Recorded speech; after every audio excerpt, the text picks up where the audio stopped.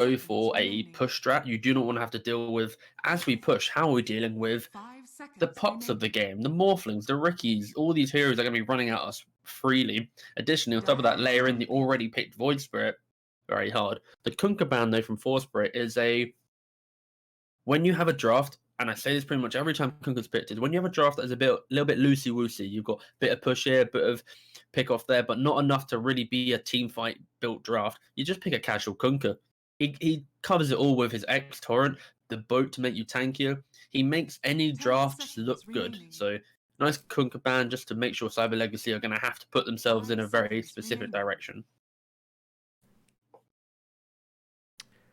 So, second phase pickup. Let's see if forZe starts to, if they're going to narrow down a bit. Nope, still keeping it nice and open with the frosty support duo of Ancient Apparition and Winter Wyvern. Imagine it's spot. I mean, we used to see some offlane Wyverns. Hasn't been a thing for a while, but always really nice to pick up the Wyvern into the Beastmaster. You know, you're going to have the turning his aura against him, essentially. Pretty neat and cool. Pretty neat, bro. Pretty neat. Yeah, it's a classic. But it's also, when you think about draft theory and your second pick, opening up into the second phase, you need to reveal something. And it's like, well, I don't really want to reveal a core because it means they can instantly counter it. Like, first pick always has the ability to counter in every position after your first pick. So when forZe just pick up a Wyvern, it's like, oh, all right, we're already covering ourselves from the push potential. So this pick here, it's a hard counter against the Beastmaster and that, but it's more the concept of what Cyber Legacy is presenting is what this pick is counter. Dire team pick. And you know how you get around that problem? You just pick a casual Lockdown. Lockdown and more push. It builds into the concept of push, but without being countered by the Wyvern. So overall, pretty smart pick. I like this pick for sure. I like it as well. The issue is simply all these heroes hate it when they're being ran at. Like Shaman doesn't play from behind. Chen doesn't play from behind. Beast can play from behind due to the BK piercing ult, but overall it's like underwhelming. So if forZe can just round out their draft with heroes that can reach the backlines, I think Cyber Legacy might find problems. And Troll can be one of those heroes. He has the ability to plow through those earlier kind of the weaker frontliners just because his move speed, his ult to get away to purge some of these softer debuffs that don't really exist within this game. But yeah, it's this is a nice looking draft from forZe, but still pretty scary. Obviously, Cyber Legacy. Oh yeah. There he is again. Yeah, I mean, I'm getting kind of bored of this, to be honest. But Troll Warlord into Razor. He's going to get static linked, and then the Troll Warlord might be sad, but this Troll Warlord can still do okay on the right side. Yeah, we've heard it. We don't need to go down this road anymore. We don't need to go down that. The main thing, though, is Razor will be able to lane against Void Spirit or Troll. Because obviously, if it's Razor mid, he's going to lane into the Void. Pretty chill lane for Razor. If the Razor needs to play side lane, he's going to be playing up against potentially the Void Spirit if it's put off lane, or whatever's put there, right? If they pick the off laner last, if it's Void Spirit mid. So this Razor should have a quite comfortable lane.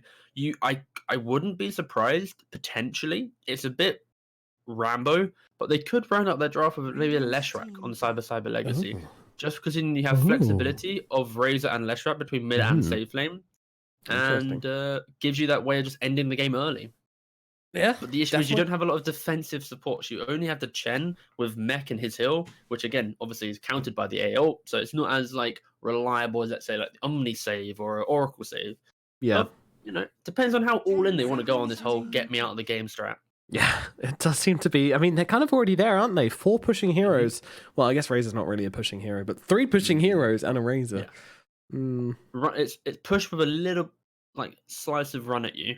A slice of lockdown as well. Yeah, on the Shaman. Trying to think what other hero. Like Juggernaut's probably like the default. What do we pick type hero? Right? It's like, oh, we need a carry.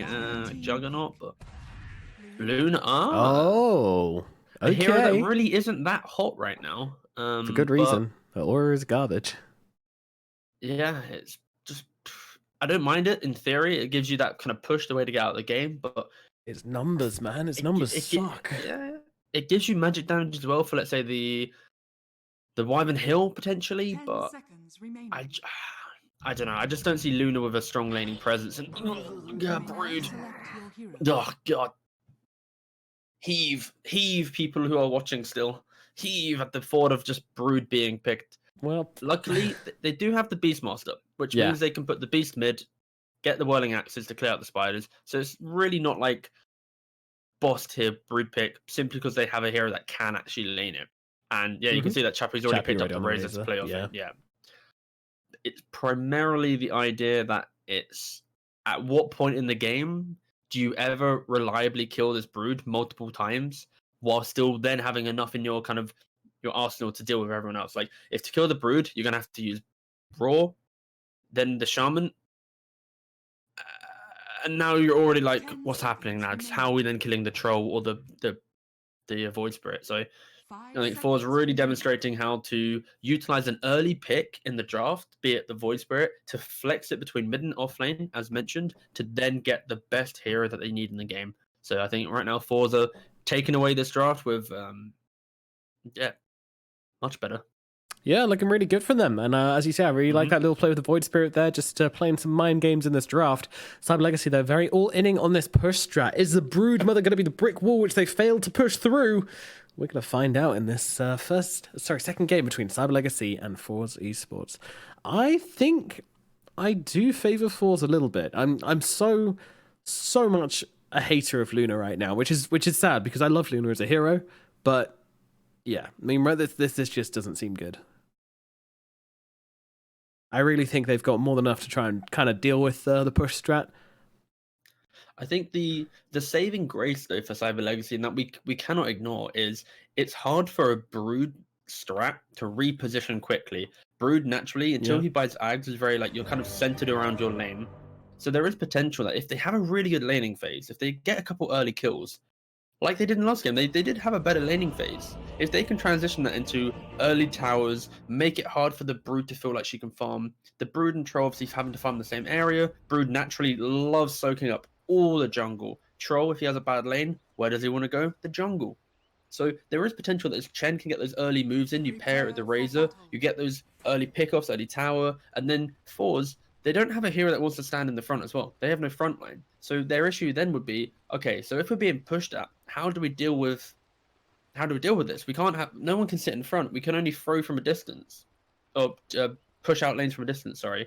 So there is a lot of potential from Cyber Legacy to utilize the early aggression from Chen. The fact that Shaman obviously has like 80 base damage or something, or 77 base damage for a strong laning phase, and if they have a really good laning phase, push in the map, make Brood feel really condensed, there's for sure potential. This draft is insanely good at pushing. So yeah, as much as we grimaced at this Brood pick going, whoa, damn, what a Brood game. It's like, well, you need to set yourself up for success, and there's a lot of factors that forZe might not be able to kind of cover. Yeah, I mean, that's true. But, you know, the thing is, as you say, the Brood is bad at, like, moving from lane to lane, and that can be taken advantage of. But at the same time, she's also just going to sit mid and push. And when you move the Beastmaster in to push lanes, which you need to do, because you need that aura, she's just going to keep taking towers. I don't know if you do, though. That's the thing. True, like, you do have so much push. You have a Chen, you have Shaman Wards, Luna. Like, you don't really need to bring everyone.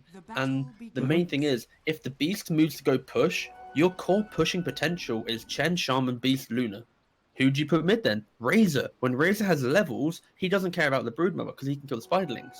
So there is the moment in time in which the Razor offlane has enough levels to then swap with the Beastmaster. So then you have your pushing synergy and still protecting your mid lane. So I think once we kind of look into it deeper, Cyber Legacy, they do have a way to play out this game into the Broodmother. It's just if they don't have a start that builds up a little bit of momentum, then they could fall flat with the Troll getting any items, Wyvern with any Glimmer of Force. It becomes difficult. Look at the start to the top lane there. That's beautiful. They go for the static link and then immediately catching the shackles as well. Sylvanscore losing a ton of his health and 34 extra damage on the Razor. Of course, static link level 1 doesn't do a whole lot, but still going to be a nice start to the lane. Give Chappie the extra last hitting power they need. But one thing I just want to mention about like this kind of strategy from both teams here is that we're in this situation where we've just talked around the issue for like maybe 5-6 minutes straight. And these guys have had to do the same thing whilst also, you know, starting the game, playing the game, choosing their starting items, thinking about their own builds, thinking about their own game, you know. So there's a lot more, but then again, you know, that's what being a pro player is about. You need to, I'm sure they know these things and these conversations, or possibly not even need it, possibly not even know what the situation is. Anyways, 19-teen. Not having a great start to this top laners. They've been pretty rude on the side of Cyber Legacy. I mean, they do have the harass, and they certainly want to make sure that 19 knows about it. Mm-hmm. The slow and steady start, this top lane. It's just a free setup for the Razor, and I just like the flexibility of putting the Razor off lane. Chappie, of course, previously being a carrier player, is accustomed to having to play more of these quirky off lanes, and I think that's one of the natural progressions of the off lane role. Is just being able to pick up unconventional heroes and just kind of put it in this position. Obviously, this game is more Broodmother forcing it rather than a strategic choice, but yeah. Big fan of Chappie. I think he's a solid player overall. For sure, for sure. Fortunately, Lil not able to connect with the shackles there with that static link, so only 16 damage drain from the troll, which he's not too bothered about, can still generally lane okay-ish with that. Meanwhile at mid, Pikachu starting things off strong, 19 and 5. Of course, don't look at that because a lot of these are going to be spiders, but you know he's doing well for himself. Yeah, Beastmaster just loves playing against Broodmother. Such free gold. Jesus. Gibkey comes in, and because of course the illusion runes do count as Beastmaster's units, that means the extra damage from the wild axes certainly do apply. So Gibkey can't come close. It's pretty intense. Oh, look at top though. Shackles on the AA. Yeah, Vanscore should be losing his life here. Isn't able to go over to the creep camp in time, and that is a dead hero. Whilst Chu also gets Luna's courier, which had actually the Wraithband recipe on it, and I believe a salve as well. Doesn't feel good. Unfortunate, yeah. Indeed, indeed. But yeah, we haven't really paid much attention to this bottom lane, but this is going to be Plantamos and Bignum on the Luna and the Chen versus BZZ on his Void Spirit, and Chu playing the Wyvern. So Luna's had a pretty decent start, you know, 13 and 6, which is pretty damn good compared to the poor old Void Spirit's 12 and 1. So it's because Wyvern's such a bad laner. Like, it's probably one of the worst level 1 laners. Like, you have Arctic Burn for a little bit of burn damage, but as soon as that's on cooldown, congrats, man, you do like 44 damage. It's so upsetting to play. But as soon as you bridge to level 2, level 3, start kind of comboing your spells a little bit, that's when you become quite a hero. Yeah. Formidable unit, yeah. Rather than just a weird creep which hangs around. I missed... There was a point where Wyverns were going for Splinter Blast and just spamming out on the wave and spamming it out as fast as possible, which I kind of like to try and get the level 2 as quickly as possible, but gone are the days. Yeah, that was like the theory of the patch being we have to push out waves as quick as possible.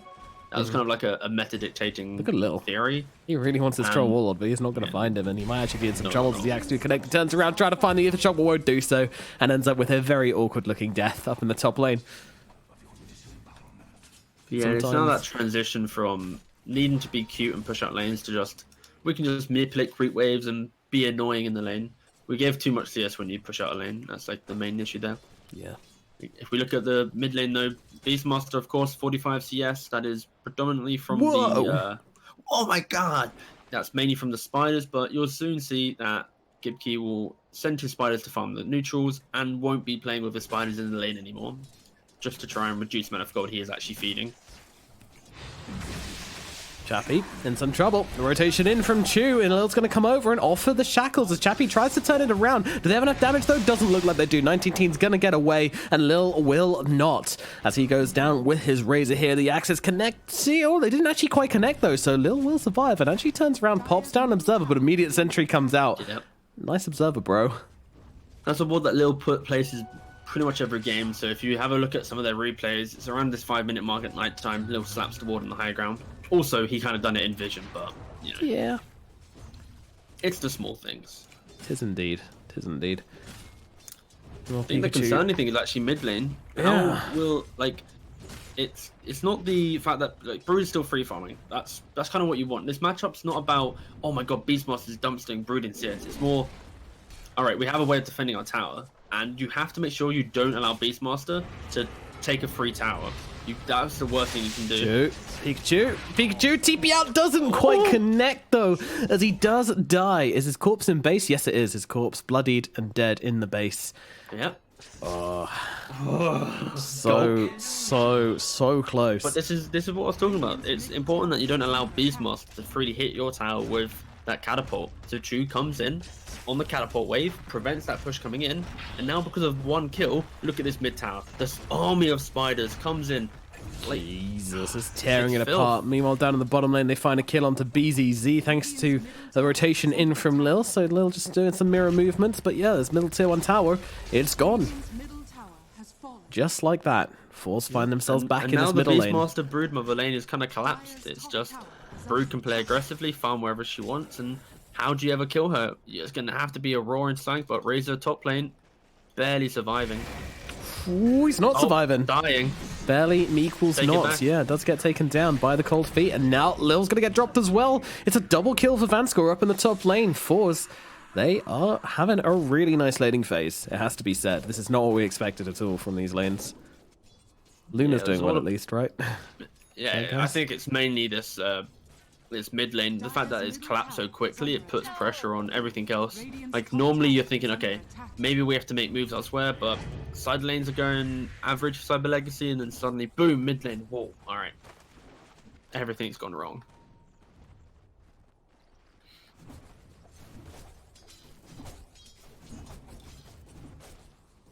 All things considered, the game is really starting to get a bit quieter, I'd say. You know, I think as things fall into forZe's favor, they're not looking to make as many movements as Cyber Legacy would be. So we're just going to kind of wait for Cyber Legacy to get the confidence to start going for stuff. Although we might see this Brood moving around a little bit, but probably just wants to farm as much as possible and probably put pressure on the tier 2 if anybody leaves this middle lane. She wants to be sticky, farming and sticky. Yeah, I think the best thing for Brood, though, is just to continue farming up the entire side of her map. Like, you can see from her web placement, it's fully focused on her jungle and then touching onto a couple camps into the Radiant side. The only time that she can die is if she's in a position where she gets chain stunned by the only stuns on Cyber Legacy. Shaman, Beastmaster, primarily the ones. So nothing too crazy.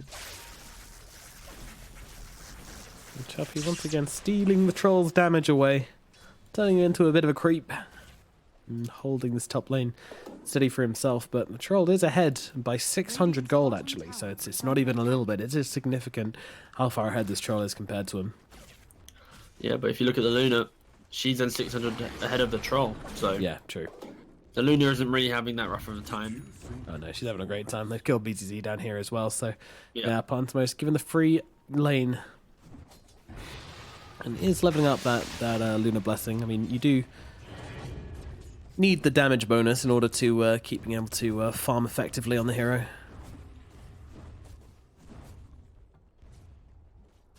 Yeah, a little bit surprised she's prioritized the aura over the Lucent Beam, but kind of proves that she wants to go and farm pretty hard. I think this is kind of like the backup option for Cyber Legacy. You know, if this laning phase doesn't go completely their way, then they will still have a Luna who's going to be farming pretty hard and...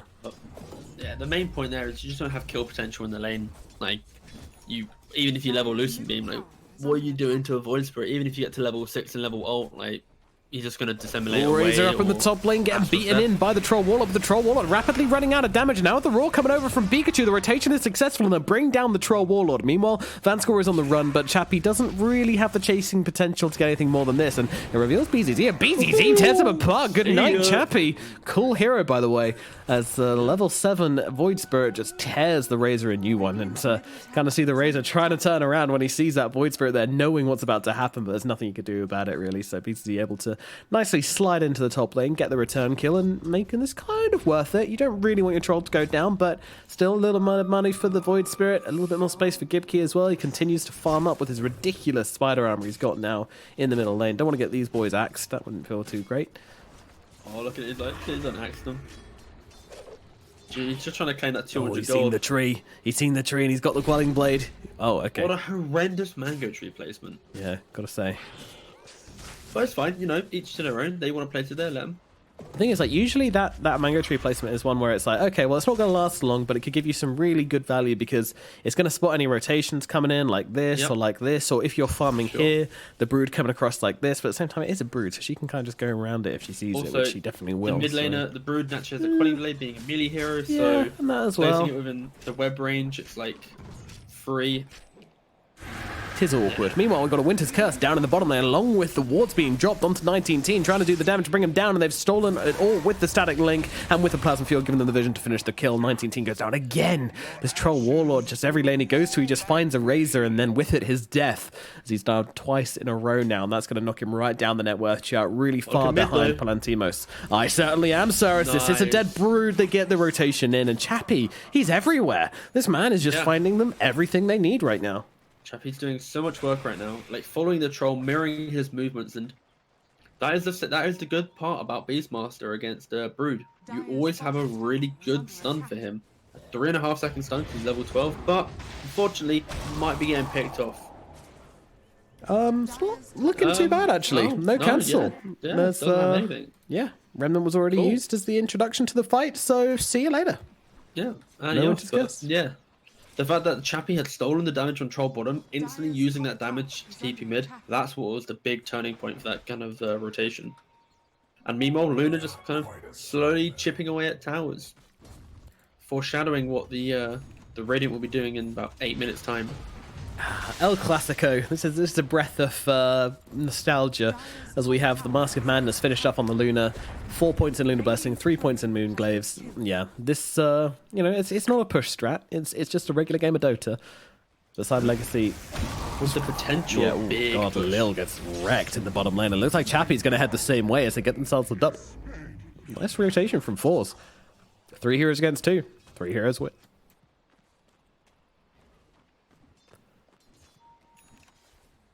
Look at Chu just sitting up here in the top lane, doing his best to defend it.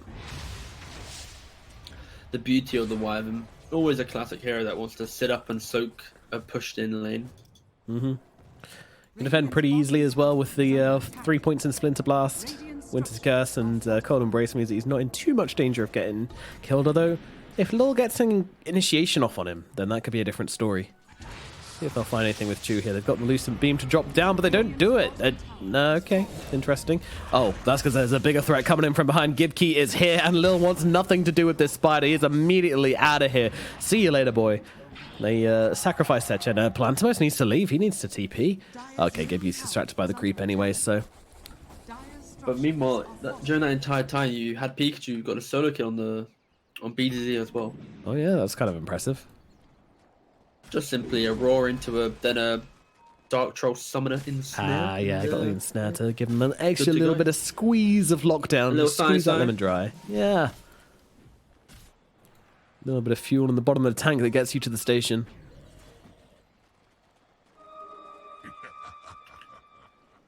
Radiant's middle tower is under attack. One thing I like about Troll right now is the options you have. You know, think about how many items we see built on Troll as the first item. We got Diffusal, we got Maelstrom, we've got Battle Furies. You know, he's one of the few heroes which feels like you can actually just build so much stuff on him right now. It's kind of fun. That's all right. You need to hydrate. I had a bit of lag. Hello? No? Hello? What up? All right, cool, yeah. Say again, sorry? I was just saying, the reason why people like playing Troll so much right now is just because you can build so many different items on him as its first item. You know, you can go Maelstrom, you can go Battle Fury, you can go Diffusal, you know, it's...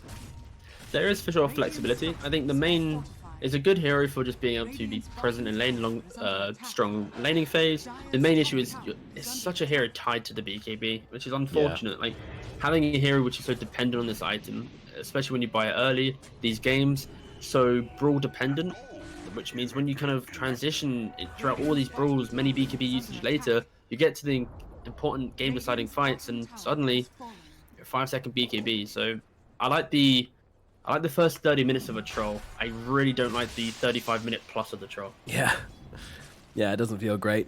No, but oh, Roshan. Oh, yeah, though. They've got the Serpents down, but the Ice Blast is going to connect. Pikachu still sitting in the pit for now, but they're going to get themselves out, and BZ getting himself in. They're looking for this one. Meanwhile, he's going to jump up north and going for Lil instead. Connects with the Aether Remnant, but it looks like the rest of forZe are very hesitant to go for this one, because Pikachu, he's got that Roar in the tank, ready to be fired out in their direction. Meanwhile, Roshan dropping kind of low as Parimatch now gets himself into the pit. He has got the lifesteal. The Serpents are helping out a little bit as well, but they can't really risk the Luna getting low before the engagement starts. And now Gibkey's making his way over. He is a big threat. He's got his Diffusal Blade as well as a Medallion finished off. And look at Big Num, although the axes come through and just take out a huge chunk of spiders. Beastmaster jumps Gibkey's about a core 50. player, because in this entire fight, he's just trying to kill the Serpent Wards. He's like, oh, more gold. Yeah. But the instant smoke out from Dire, they're trying to stay here. Like, Cyber Legacy used quite a lot to try and eat through this initial Roshan. And now, no Serpent Wards, it's going to be potentially difficult to go for a rebuttal fight. Yeah, everyone's kind of chilling, but forZe are in the pit. They need to do something about this. A smoke is going to come through from Cyber Legacy. And immediately forZe respected. They get themselves back. Oh, you see those lines drawn at the same time? Luna was like, go around, and then Vansko was like, go around again. Lil leading the charge. He's a little bit alone now. And they've got the vision in the pit, and they see that Troll Warlord is still in here.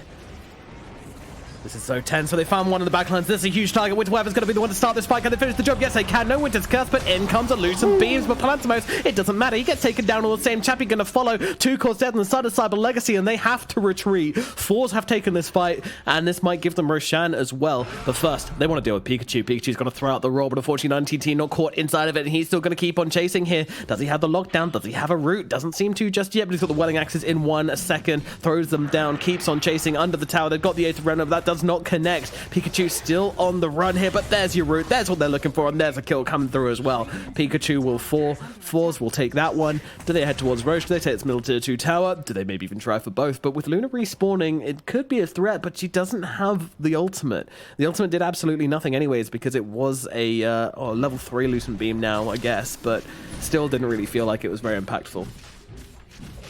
Yeah, I think that's the biggest concern that you have with Cyber Legacy, which was, as we described, like, they have no way to really fight. Yeah. They're all about getting to an objective and forcing the objective.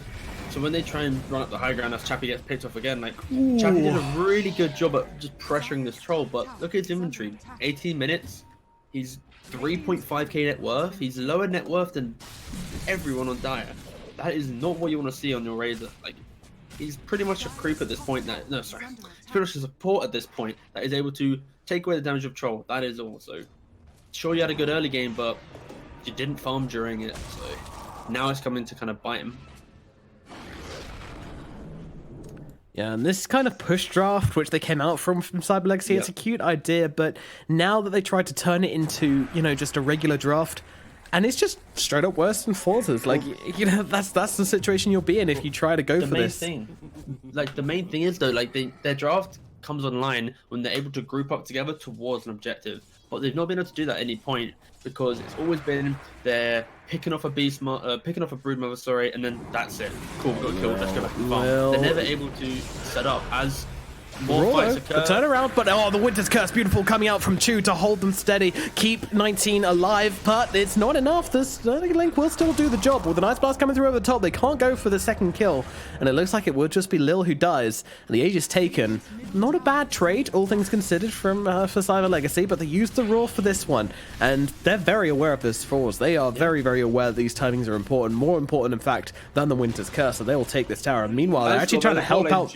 They're coming over. Troll is over here. Parimatch's in trouble, but where does he go? Where does he run to? I don't think he has any options. Vansko's just going to keep on chasing Parimatch in the trees. The heroes are coming, and Parimatch will be brought down. She tries to turn around and fight, but there's nothing for this Luna to do other than become a dead sack of meat on the floor. That is a fat tip. That is a... You know it was bad. We know it was bad. Get tips. So this is how you should use your tips, guys, just so you're aware. Yeah. Rub salt in the wound is what it's all about. Deal with psychological damage. They can feel bad. And also, no outpost either. Cyber Legacy didn't feel confident enough to go for the Dire outpost up in the top jungle, even though there was nobody there. BCT might have just killed himself, though. Let's see. He's got jumps away. So much mobility. Yeah, teammates behind him. Teammates galore. Now the Brood has the Ags, therefore being present in fights isn't going to be an issue. Webs will be ever on the Radiant side. And look, you can see it level now. 9 Chappie getting jumped by 2 level 13 heroes. That is just not going to end up well. That is not a sandwich you want to be the filling off. And top lane as well, the Chen getting picked off. Like, Cyber Legacy are trying their hardest. Oh, yeah, she calls live. Oh, interesting. Fair enough. But they're trying so hard to get ladies pushed out, and this is the point where the game completely collapses. Like, Cyber Legacy, they have to win laning phase and run off pushing towers. They weren't able to, and I think now it shows. How do they ever pick off someone unless they roar them? They don't have enough continued damage right now to actually get through the roar. Like, imagine if you Luna ult next to the Bruma with all the spiderlings. Yeah, You're just exactly. gonna laugh at it. Like, it's such a hard game that they've like since it's kind of collapsed. Does seem to be that way, and Chu actually TPing in with Boots of Travel on the Wyvern. This man is rich. Boots of Travel with the Aether Lens. This is a chunky Wyvern. Because like he knows, like he identified as a hero, all he has to do is if a lane's being pushed in by some Chen creeps, he TP's back, prevents his lane being pushed in, comes back to join his team. Like that's the only reason for it. They've seen him. Look at this ward here. It's just giving them every little bit of vision they need. Every little bit of vision, yep. Oh, Parimatch. What's a nice sad song? Oh, actually, never mind. The Chen recall might be enough. Yep, see ya. There it is. All right, the Fast and Furious one, you know, where they're driving with cars. Yeah. I'll see you again, my friend, or whatever. And have they found Brood? I don't think they've found Brood. They've actually gone on 2 targets at once. Yeah, okay, well, that's a 7 times kill streak, so they'll take it. 520 gold for an AA, yeah. Pikachu will be like, oh, okay. Goes onto a Beastmaster that doesn't really have anything to buy. I don't think he can buy any items right now that really save the game. I think you could. There's an option that you go for a Crimson Guard on someone just to try and delay the push, get a couple more items, and eventually, if the Luna can get enough items to be a right clicker, but we're still clutching here. I think it's all out of pick off. If you want a real clutch, you know, we can talk about super late game Luna with the new aura. It is pretty good. The percentage-based bonus to armor and damage becomes like something ridiculous when you get to like these really late game situations. But you know, that is so far in the future. Yeah, like not even worth talking about. Meanwhile, Bignum gets killed off. Pikachu might be heading the same way, but he's got a TP and there's nothing to cancel it. Chappie trying to pull the same trick and will be successful. No roots from 19, so not too bad. While Bignum's just going to throw out the heal because Gibkey is trying to jump on Luna, and Luna might not actually be able to survive this one, but luckily Chappie's coming over. That's going to be enough threat, but the courier will die. That is Chappie's courier with a Grove Bow and a drums on it. No way to reclaim that Grove Bow, unfortunately, so he's going to have to go and settle for probably some Vampire Fangs instead. Worst things, I suppose. I just dare not look at the net worth. Just looking at Razor's net worth is a little bit... Oh, it hurts. Oh. Raven, is he? Oh my god. Yeah. Oh my goodness. He's so low. I couldn't see him. I was like, what the? Where is it? That's 2. That's Van score. But this is the concept of you take early towers, you close out the map, you put these aggressive wards out as you already indicated. If you have a little glance at the minimap, you've got the one positioned in the bottom quadrant and the one in the top quadrant, also paired well with this high ground ward here. It's so hard for Radiant to ever make any moves on the map without being seen. Therefore, where does Razor farm? Luna needs all the farm. Beastmaster pushes out all the lanes quickly with axes. As a result of that, Mr. Razor, you are basically a support at this point. Well, we're going to have to jump out of minimap cam now to look at Parimatch, but he's going to be okay for now. They don't actually connect with the Aether Remnant, so no Luna dead today. I mean, she's got the Manta Gold, but she's got no way to get this ultimate orb. It's a problem. But, like, even with Manta, what's she going to do? Like, yeah, Luna doesn't really do damage into a later item. Yeah. Mm-hmm. Like, Luna's a choke point extraordinaire where you run up into the high ground and it's like, surprise, big ult. Like, you just can't do that this game. Do they need to dispel anything? Like, is Spider going? No, Spider's not going. Just screw it. Go Rapier, I would. Like, you don't have anything else to play for Cyber Legacy, in my opinion. But maybe even with I'm Rapier, being overly there's critical. the Cold Embrace from Wyvern, there's the Winter's Curse as well. There's so many different ways to prolong someone's life against physical damage. Yeah, and I guess the Manta does give you the ability to push out lanes, which is pretty important. Illusions are so good on Luna, it's really tricky to turn that one down. And they're looking for a sneaky pick off here. They've got their subs down. It's seen by the sentry if they get vision on the high ground, but they don't have any way to see that. It's so obvious. Bot lane and mid lane are both pushing in. It's like, well, where can they be? It's like, all right, they're going to have to be in this top kind of quadrant. Look at forZe if he just places like a guard remnant down. A royal guard. Oh, that is a delightful play. Oh, and they're just smoking the two of them. They're like, let's see what's happening. Yeah, let's go and get ourselves revealed. Check. Oh, and they're smoking forward for the observer. I like that idea. Unfortunately, it doesn't really pay off for them, but well, I say that they've revealed where they are. But now, forZe, they retreat to their high ground, while Cyber Legacy are trying to play off like their pseudo high ground that they've created around this high ground area. So this hill ward, sorry. But you know what forZe do? Wait, what are we doing? Why are we playing your little silly games? Push down the lane, force them back. Yeah, you can have that area, but sure. So effectively. Yeah. You enjoy your top left corner of the map that has nothing. Yeah, oh no, our tier 2. Well, Parimatch will take advantage of that, but yeah. What does he go for next? What's he going to queue up? Meanwhile, they're breaking high ground. They need to get back, sir. But even with Parimatch back, I mean, is it going to make a huge amount of difference? Well, it will scare them away. Roshan's going to be up. It's a long Roche respawn, actually. That should favour Cyber Legacy a little bit, just to kind of keep on farming, keep on trying to get back in the game. But look at this key thing now. Look, Wyvern with his boost of travel. The Chen creeps are trying to put some siege. Push out top lane, but because he got the bots, he can always now join the fight. Just good itemization to deal with the gimmicky plays that Cyber Legacy can pull out to try and keep themselves in the game for that extra 10-15 minutes. Tis the idea. Oh. Jesus, so 17k goal advantage, 17 kills. forZe, they're keeping it on brand, you know. Gonna be a 17 team. Smoked. Oh no, that's a Shadow Blade. My bad, Pikachu. And Lil might be seen here. Yep, certainly is. Oh my god, the spider just tear him apart. He does get those serpents down right before he dies, and with the roar out onto the Troll Warlord. Maybe, but no. Gibkey's jumping in the backlands, and he's found Parimatch's hand of God. It's not going to be enough to keep Parimatch alive, and he is gone. Meanwhile, over the backlands, that is Chappie torn apart. 2 cores dead. A buyback used on the Luna. Unfortunately, Razor does not have his. Meanwhile, a Winter's Curse comes down just to hold the Beastmaster still, and Gibkey's going to chunk away at his mana pool. He turns around with the axes, but now comes in the heavy hitter. 19 is here to rip through him, and Parimatch just trying to hold some form of high ground, doing a nice cute little juke with his Manta. He's getting a decent amount of damage off onto Chew. Might find one, but one is all he will get, and the GG is called. This game is over, and with it the series. forZe, they tear Cyber Legacy a new one in the second game here. The strategy just did not work. Not bad on paper, but not good in execution, I'm afraid. And that is going to mean Cyber Legacy guaranteed, unfortunately, to be going out of this tournament, I believe. I'm looking like I can't remember off the top of my head, but I think if we just focus on the game, for now it's Cyber Legacy. They put themselves in such a awkward position when in the draft. When you first pick your Chen, perfectly fine. It's an open hero, right? But then as soon as you snap pick the Beastmaster after, you should really show your hand so early.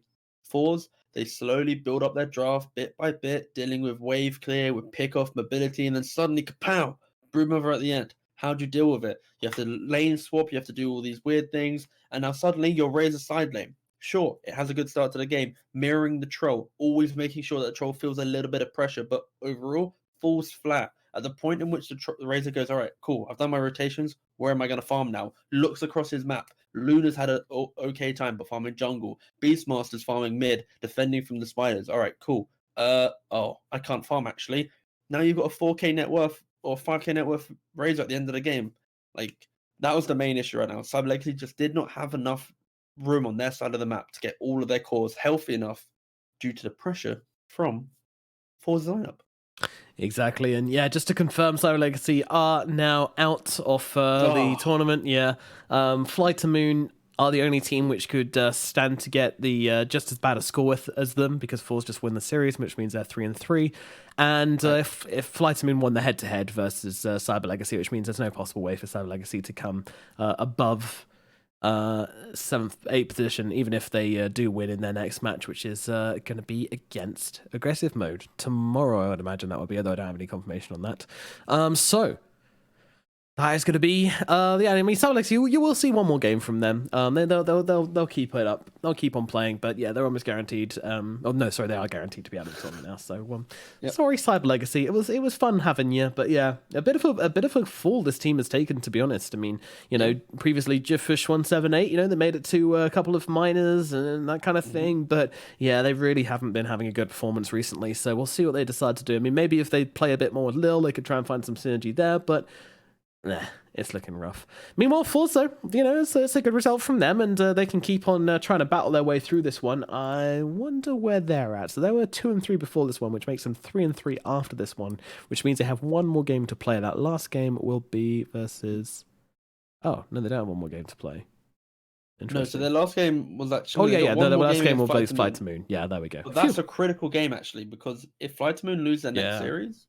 then that's the battle for the land. So depending on this next series we're about to watch, Winstrike versus Fly2Moon, that result might dictate is forZe able to actually then take a deciding game against Fly2Moon. Yeah, that's going to be a spicy question. I believe 5 and 6 play off in a best of 3 to find out who the fifth... No, lands don't have uneven numbers of teams. I'm not sure what happens for fifth and fourth. Let's have a quick look. No, so 1, 2, 3, 4 all goes to LAN. 5, 6 goes to a relegation playoff that we do not know the details about. And 7, 8, see ya, you're out of the tournament. Bye-bye. Not next tier. Yeah. Which is unfortunate. You never like to see teams get knocked out. But unfortunately, if you're unable to consistently perform within the group, of course, we need to see new talent, new teams arise. So unfortunately, it's just the way of the world. It is the way of the world. Well... Congratulations to forZe. At very least, it was a really nice series from them, and we're going to be heading through to our next series and our final series of the day. And that one is going to be Winstrike versus Fly2Moon, battling it out in a best of 3 series. And Winstrike, they really want to grab this win because it would help secure their place in the LAN. And meanwhile, Fly2Moon, obviously, they are just on the cusp of being in that qualification zone. It is really getting close now.